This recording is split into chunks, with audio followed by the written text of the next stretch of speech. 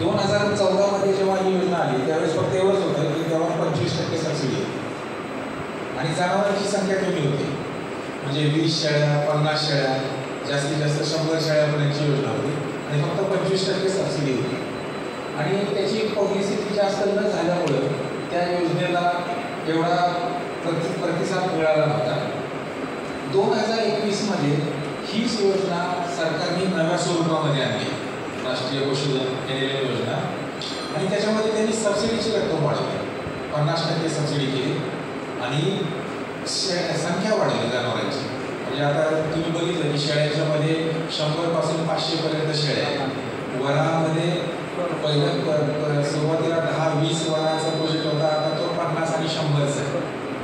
तसंच पोल्ट्रीमध्ये breeder फार्मचा project नव्हता, हॅचरी युनिटचा प्रोजेक्ट नव्हता, आता तिथं त्यांनी हॅचरी युनिटचा प्रोजेक्ट टाकून त्याला 50 लाखापर्यंत सबसिडी दिलेली आहे. म्हणजे ही सबसिडी वाढवलेली आहे आणि चांगल्या स्वरूपामध्ये ही योजना आहे.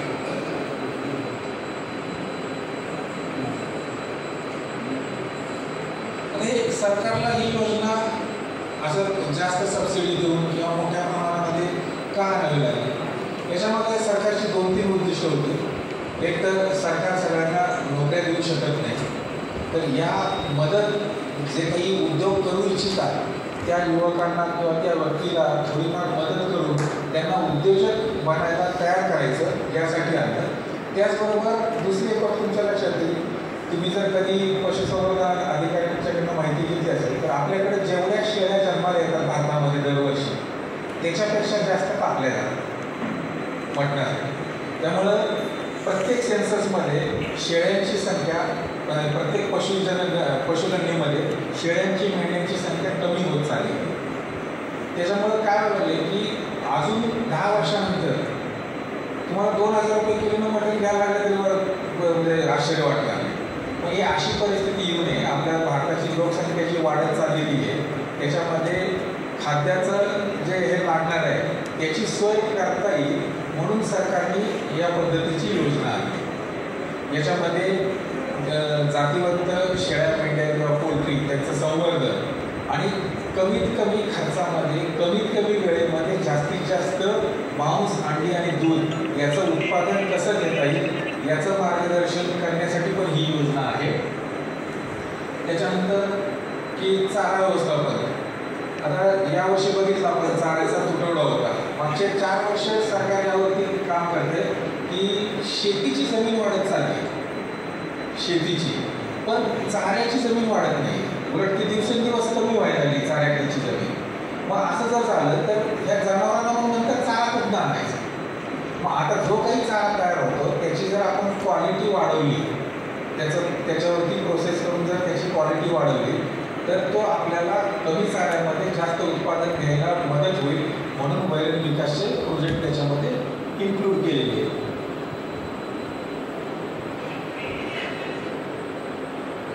आता याच्यामध्ये योजना अंतर्गत गव्हर्नमेंटने याच्यामध्ये 3 सेक्शन घेतलेले आहेत. पहिला आहे तो ब्रीड डेव्हलपमेंटचा, दुसरा आहे वैरण विकास आणि तिसरा आहे संशोधन.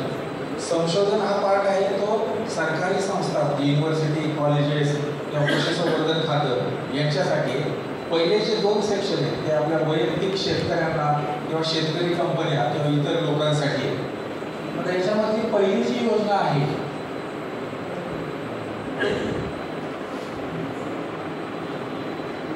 पहिली जी आहे ते ब्रीड डेव्हलपमेंट ऑफ पोल्ट्री. आता सुरुवातीला जेव्हा ही योजना आली तेव्हा महाराष्ट्रातून जवळपास 4,500 अर्ज पोल्ट्रीसाठी आले. 4,500.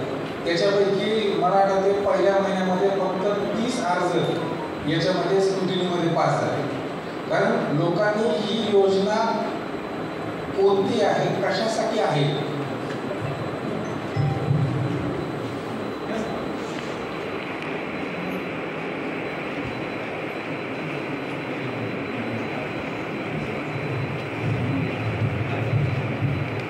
ही योजना कशासाठी आहे हे समजून घेतलं नाही. त्याच्यामधले 95% अर्ज होते ते इंटिग्रेशन किंवा कॉन्ट्रॅक्ट फार्मिंगला ब्रॉयलरचं शेड बांधून द्यायचं म्हणून त्याच्यासाठी केलेले होते. आणि उरलेले 5% अंडे होते ते पांढऱ्या अंड्याचे कोंबड्या पांढरी अंडी तयार करायसाठी होती. ही कोंबड्यांची जी योजना आहे NLM मधली ही पूर्णपणे गावरान कोंबड्यांसाठी आहे, देशी कोंबड्यांसाठी आहे, बॅकयार्ड पोल्ट्रीसाठी आहे. याच्यामध्ये पांढऱ्या अंडी किंवा पांढरा पक्षी म्हणजे ब्रॉयलर आणि पांढऱ्या अंड्याचे लेअर पक्षी यांच्यासाठी ही योजना नाही आहे. ही योजना अशी नाही आहे की गावरांची 1 दिवसाची पिल्लं आणली, 10 आठवडे वाढवली आणि नंतर मटणासाठी विकली, याच्यासाठी पण नाही आहे. हे NLM मध्ये जे काही प्रोजेक्ट आहेत हे सगळे ब्रीडिंगचे प्रोजेक्ट आहेत, ब्रीड मल्टिप्लिकेशनचे प्रोजेक्ट आहेत. तिथं तुम्हाला जातीवंत पिल्लं, जातीवंत करडं तयार करून विकायची आहे. त्याच्यामुळं तुम्हाला नॉर्मल पोल्ट्री फार्म किंवा नॉर्मल गोट फार्मचा प्रोजेक्ट याच्यामध्ये येत नाही. मग हा देशी कोंबड्या ज्या आहेत त्यावेळी सरकारी जातीच्या आहेत, वनराज, गिरिराज, ब्लॅक ॲस्ट्रोलॉग, कावेरी, सोनालिका याच्यासारखं ब्रीड घेऊन तुम्हाला त्याचा पॅरेंट स्टॉक तयार करायचा आहे तुमच्या फार्मवरती. पॅरेंट स्टॉक होईल ज्याच्यामध्ये तुम्ही नर आणि माद्या ठेवाल, त्याच्यामधून तुम्हाला हॅचिंग एग किंवा उबवणुकीची अंडी मिळते. ती उबवणुकीची अंडी मशीनमध्ये ठेवून त्याच्यापासून तुम्हाला 1 दिवसाची पिल्लं तयार करायची आणि जी 1 दिवसाची पिल्लं तयार होणार आहे ती तुम्हाला मार्केटमध्ये शेतकऱ्यांना विकायची. म्हणजे जातीवंत पिल्लं तयार करून तुम्हाला पुढे विकायची. सरकार प्रत्येक गोष्टीसाठी सप्लायचं सेंटर उभं करू शकत नाही. प्रत्येक जिल्ह्यामध्ये त्याचं RPD ब्लॉक आहे, पण त्याच्यातून जेवढी रिक्वायरमेंट आहे जिल्ह्याची तेवढी पिल्लं तिथं तयार होत नाही आणि ट्रान्सपोर्टेशन किंवा जास्त अंतर पडतं. म्हणून जागोजागी अशा पद्धतीचे प्रोजेक्ट तयार व्हावे आणि त्या जे काही शेतकरी उद्योजक आहेत त्यांना त्यांच्या घराजवळ जातीवंत पिकांचं किंवा कर्जांचं सोर्स मिळावा म्हणून ही योजना आहे.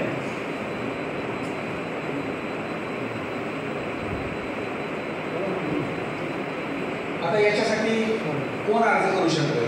याच्यासाठी वैयक्तिक शेतकरी, फार्मर प्रोड्युसर कंपन्या, फार्मर कोऑपरेटिव्ह कंपन्या, जॉईंट लायबिलिटी ग्रुप किंवा महिला बचत गट आहेत ते सुद्धा याच्यासाठी अर्ज करू शकतात किंवा सेक्शन 8 कंपन्या. पूर्वी NGOना अलाउड असायचा अर्ज करायला, आता NGO सेक्शन 8 कंपन्यांना अर्ज करता येतो. याच्यासाठी आपल्याला साधारण 1.5 ते 2 एकर जमीन पाहिजे आणि याच्यामध्ये तुम्हाला एक पॅरेंट फार्म करायचा आहे, हॅचरी करायची म्हणजे अंडी उबवणी केंद्र करायचं आहे आणि त्याच्याबरोबर तुम्हाला हॅचिंग एग तयार करून पिल्लं तयार करायची.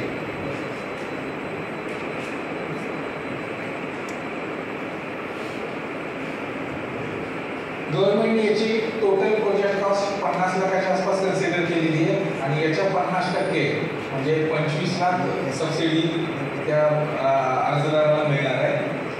ही सबसिडी 2 टप्प्यामध्ये मिळणार आहे. याच्यामध्ये त्याचा मार्जिन मनी म्हणजे त्याचा सहहिस्सा 10% असला पाहिजे.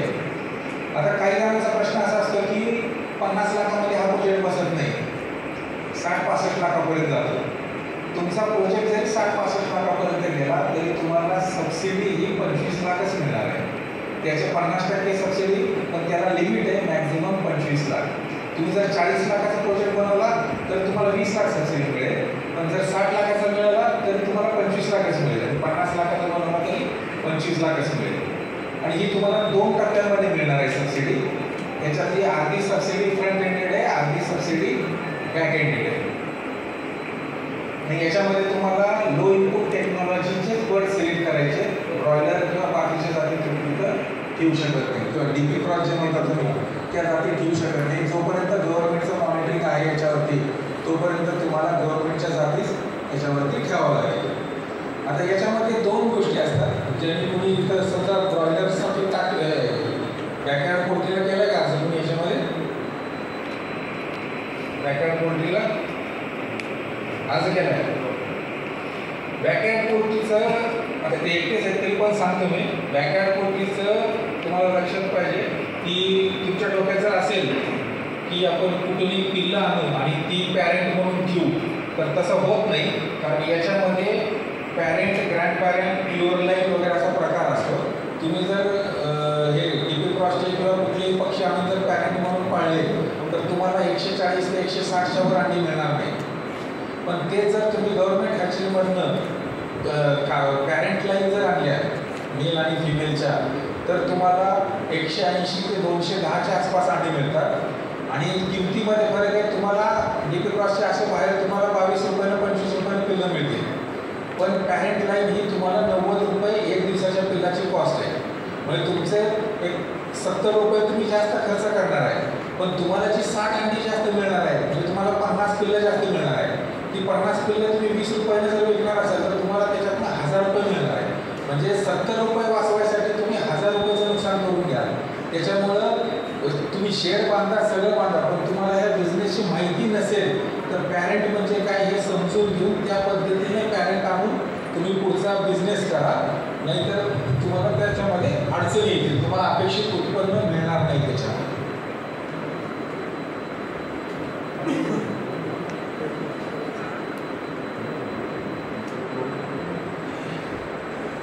याच्यामध्ये जे पक्षी आहेत ते तुम्हाला सेंट्रल पोल्ट्री ब्रीडिंग फार्म किंवा आपल्या युनिव्हर्सिटी जे आहेत त्यांच्याकडनं सर्टिफाईड जातीवंत पॅरेंटची पिल्लं घ्यायची आहे.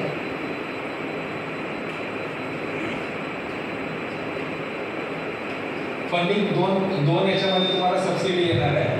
आता याच्यामध्ये जर सेल्फ तुम्हाला जर स्वतःकडे तुमच्याकडे स्वतः पैसे आहेत, तुम्हाला कर्ज जर घ्यायचं नसेल, एक आहे की हे जे एनएलएमची प्रकरणं आहेत, बँकेची इन्व्हॉल्वमेंट नसेल तर तुमचं प्रकरण पास होतं. याच्यामध्ये बँकेचं इन्व्हॉल्वमेंट कंपल्सरी आहे. एक तर तुम्हाला कर्ज घ्यावं लागेल आणि जर तुमच्याकडे पैसे असतील तर तुम्हाला 3 वर्षासाठी जी पशुसंवर्धन खात्याच्या नावाने बँक गॅरंटी घ्यावी लागेल आणि ती पशुसंवर्धन खात्याकडे सबमिट करावी लागेल, जी तो प्रोजेक्ट कंप्लीट झाल्यानंतर 3 वर्षानंतर तुम्हाला परत मिळेल. त्याच्यामध्ये प्रोजेक्ट रिपोर्ट बनवत असताना ही फक्त सबसिडी कॅपिटल सबसिडी आहे, म्हणजे तुम्ही शेड किंवा जनावर जे घेणार आहे त्यांच्यासाठी आहे. तुम्ही जमीन खरेदी किंवा तुम्ही एखाद्या त्याच्यामध्ये विक्रीसाठी गाडी दाखवणार असाल किंवा ऑफिस दाखवणार असाल किंवा लेबर क्वार्टर किंवा कंपाऊंड करायचे तर ह्या कामासाठी याच्यामध्ये सबसिडी अलाउड नाही आहे.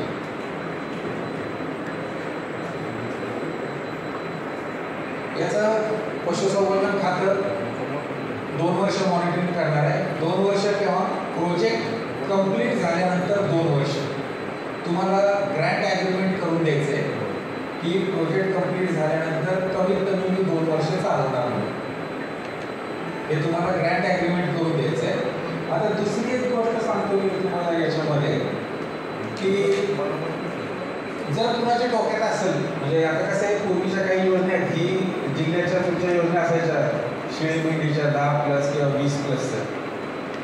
ते जनरल आमचा अनुभव असा आहे की अनुदान लाटायचं म्हणून अर्ज करायचा, ते अनुदान मंजूर झालं की एखाद्या मेंढपाळाकडनं शेळ्या भाड्याने आणायच्या, मोका तपासणी करून घ्यायची, त्याच्या त्याला शेळ्या देऊन टाकायच्या, अनुदान बँकेत जमा करून घ्यायचं. पण एक लक्षात घ्या, इथं या स्कीममध्ये हे चालणार नाही. याच्यामध्ये जिओ टॅगिंग आहे, GIS टॅगिंग आहे.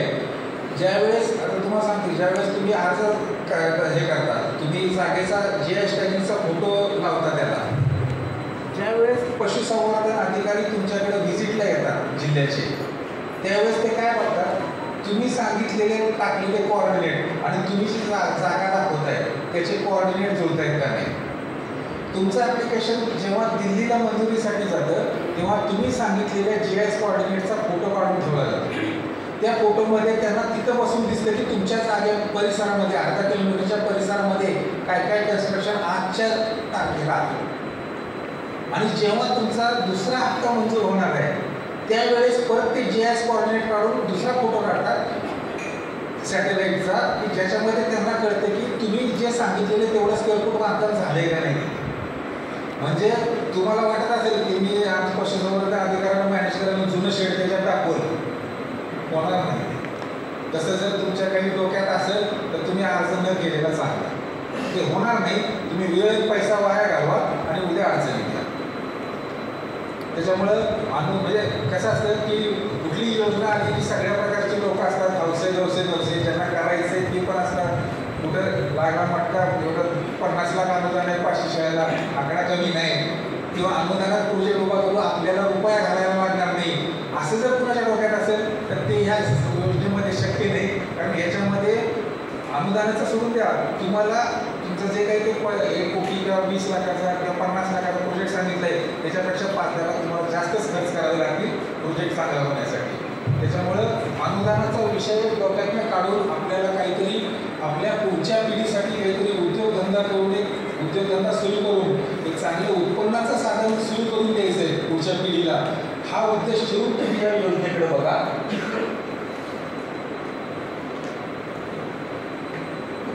आता हे प्रोजेक्ट तुम्ही जेव्हा प्रोजेक्ट रिपोर्ट करता तुम्ही, आता मी सांगितलं की 50 लाखाचा प्रोजेक्ट आहे, आपण याच्यामध्ये 50 लाखामध्ये काय काय मागू शकतो. तर याच्यामध्ये आपल्याला पॅरेंट फार्म करायचं आहे, जे अंडी उत्पादन करायचं आहे. तर याच्यासाठी आपल्याला या ब्रीडर पक्षाला एका पक्षाला 3 स्क्वेअर फूट जागा द्यायला लागते. म्हणजे आपल्याला पॅरेंटचं 3000 स्क्वेअर फुटाचा शेड बांधावा लागणार आहे. त्याच्याबरोबर जे अंडी उगवणुकीच्या मशीन्स आहेत त्याच्यासाठी 3000 स्क्वेअर फुटाची हॅचरीची बिल्डिंग बांधायला लागणार आहे. आणि ही जी आपण 3000 स्क्वेअर फुटाची बिल्डिंग बांधणार, आपण घेताना आपल्याला पॅरेंटची 1 दिवसाची पिल्लं मिळणार. म्हणजे आपण याचं 1 दिवसापासून वाढवायला सुरुवात करणार. मग त्याला लागणारी पिल्लांची खाद्याची पाण्याची भांडी, पिल्लांची खाद्याची पाण्याची भांडी, त्याच्यानंतर मोठ्या पक्ष्यांची खाद्याची पाण्याची भांडी, नंतर तुम्हाला यांचं लसीकरण करायचं आहे. तर लसीकरण करण्यासाठी जे काही वॅक्सिनेटर लागतात किंवा यांच्या आपल्याला चोची जाळायच्या असतात, 11व्या आठवड्यामध्ये त्यांच्या चोची कट करायच्या असतात. तर त्याच्यासाठी जे ड्रिपिंग मशीन लागतं ते मशीन, शेड धुण्यासाठी प्रेशर पंप किंवा काही जण ते गॅसचं मशीन घेतात शेड जाळून काढण्यासाठी वगैरे. तर जे काही तुम्हाला लागणार आहे तर ते तुम्ही त्या मशिनरी तुम्ही त्याच्यामध्ये इन्क्लूड करू शकता.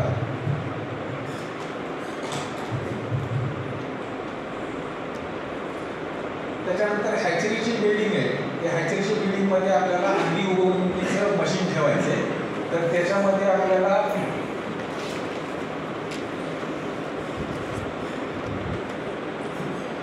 इथं सांगतो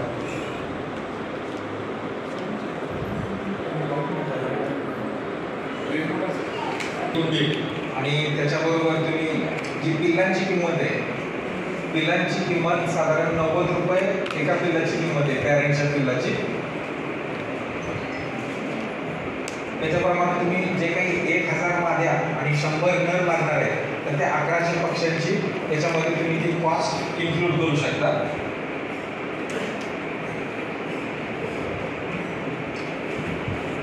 त्याच्यानंतर हॅचरीची जी बिल्डिंग आहे ती 3000 स्क्वेअर फुटाची बिल्डिंग आहे. याच्यामध्ये आपल्याला 15000 कॅपॅसिटीचं 15000 अंडी मावतील या कॅपॅसिटीचं सेटर मशीन घ्यायचं. म्हणजे त्याच्यामध्ये दर आठवड्याला आपल्याला 5000 अंडी टाकता आली पाहिजे.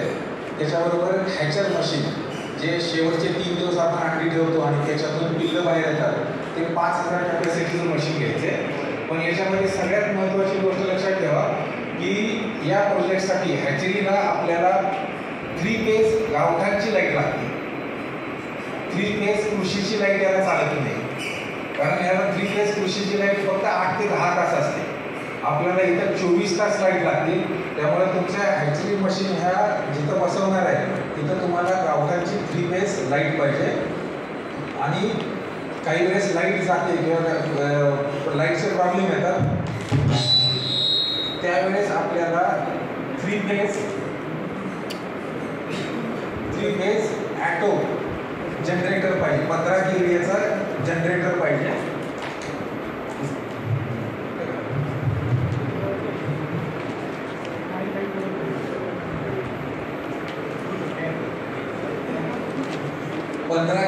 तुम्हाला तिथं जनरेटर घ्यावा लागणार आहे.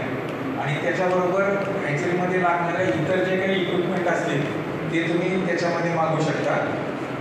त्याच्यानंतर सरकारचं असं म्हणणं आहे की सगळ्याच जे शेतकरी पिल्लं घेणार आहे त्यांना ब्रूडिंग करणं जमेलच असं काही नसतं. किंवा 50 पक्षी 20 पक्षी असं पाळणारे जे लोक असतात घरगुती पाळणारे, त्यांना ब्रूडिंग करता येत नाही. तर तुम्ही 1000 स्क्वेअर फुटाचे 4 शेड बांधा आणि जी काही अशी रिक्वायरमेंट असेल तुमच्याकडे की ज्यांना पिल्लं ब्रूडिंग करून पाहिजे त्यांची तुम्ही ब्रूडिंग करून द्या. तर त्याच्यासाठी आपल्याला 1000 स्क्वेअर फुटाचे 4 शेड बांधायचे. मग त्या शेडची किंमत आणि त्याला लागणारी कॉस्ट, म्हणजे म्हणजे भांडी कुंडी किंवा जे काही लागणार आहे त्याच्यासाठी ते तुम्ही त्याच्यामध्ये इन्क्लूड करू शकता.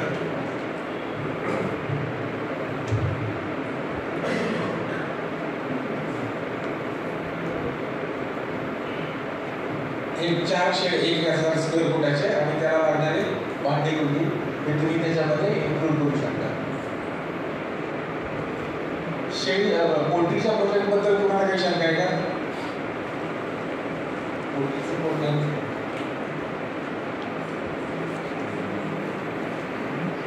तर हे शेळ्यांचा दुसरा पार्ट आहे त्याच्यामध्ये शेळ्या मेंढ्यांचा. पोल्ट्रीच्या स्कीममध्ये अंडी उगवलेली जी मशीन आहे ती तर आपण यात कशी करू शकतो.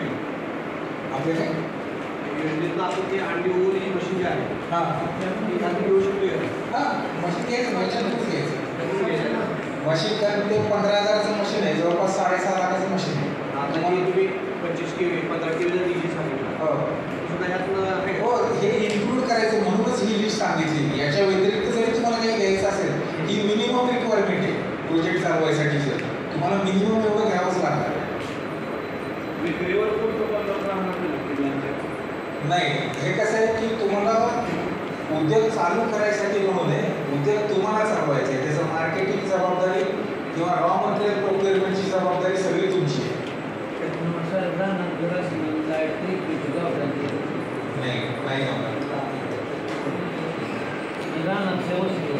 नाही वस्ती पण ती तुम्हाला घरातली गावठांची लाईट म्हणजे तुमची घरातली जी लाईट असते शेती पंप नाही शेती पंपाची लाईट नाही. तुम्हाला ती सिंगल फेज घरात दिली असेल. गावाची असते ती 3 फेज लाईट असते. ठीक आहे आणि ती 24 तास असते. नाही मग तुम्हाला तेवढा खर्च करावा लागेल लाईट ओढून घ्यायचं.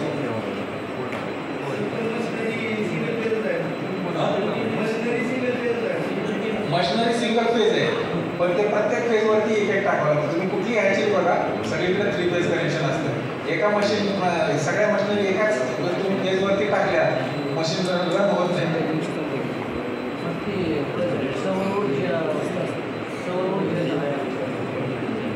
तुम्ही बघायला लागेल मशीन तेवढं चालेल का त्याच्यावरती. नाही ते नाही म्हणा मोठं बसवावं लागेल 5